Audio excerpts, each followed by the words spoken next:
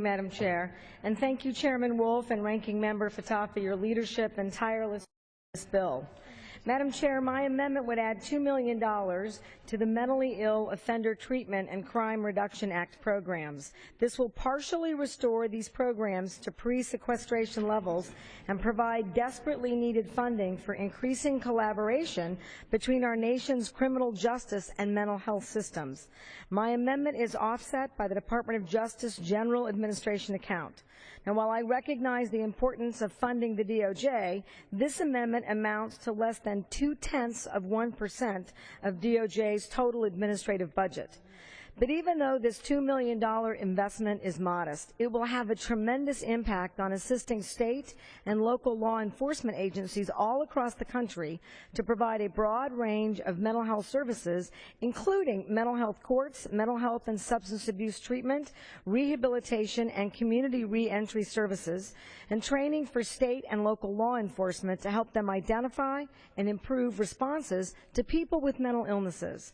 I want to particularly express my support for crisis intervention training for state and local police officers, which receives funding through the Mentally Ill Offender Treatment and Crime Reduction Act. Officer encounters with mentally ill individuals during crisis too often end in tragedy. Crisis intervention training can help prevent injuries to officers, alleviate harm to the person in crisis, promote the decriminalization of individuals with mental illness, and reduce the stigma associated with mental disorders.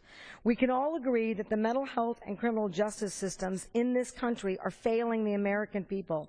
Focused more on prosecution than prevention and rehabilitation, jail is often used as a de facto holding area for the mentally ill. The Department of Justice estimates that 64% of local jail inmates and 56% of state inmates have of severe mental illness. Without treatment, rehabilitation, and community reentry services, these individuals are much more likely to spend their lives in and out of the prison system. In fact, 81% of mentally ill inmates in state prison and 79% of mentally ill inmates in local jails have had prior convictions. Considering that it takes more money to keep a person in jail for a year than send him or her to college, we cannot afford to do nothing. I believe my amendment is in the spirit of this bill's goal of increasing in prevention and rehabilitation in order to reduce recidivism and long-term incarceration costs.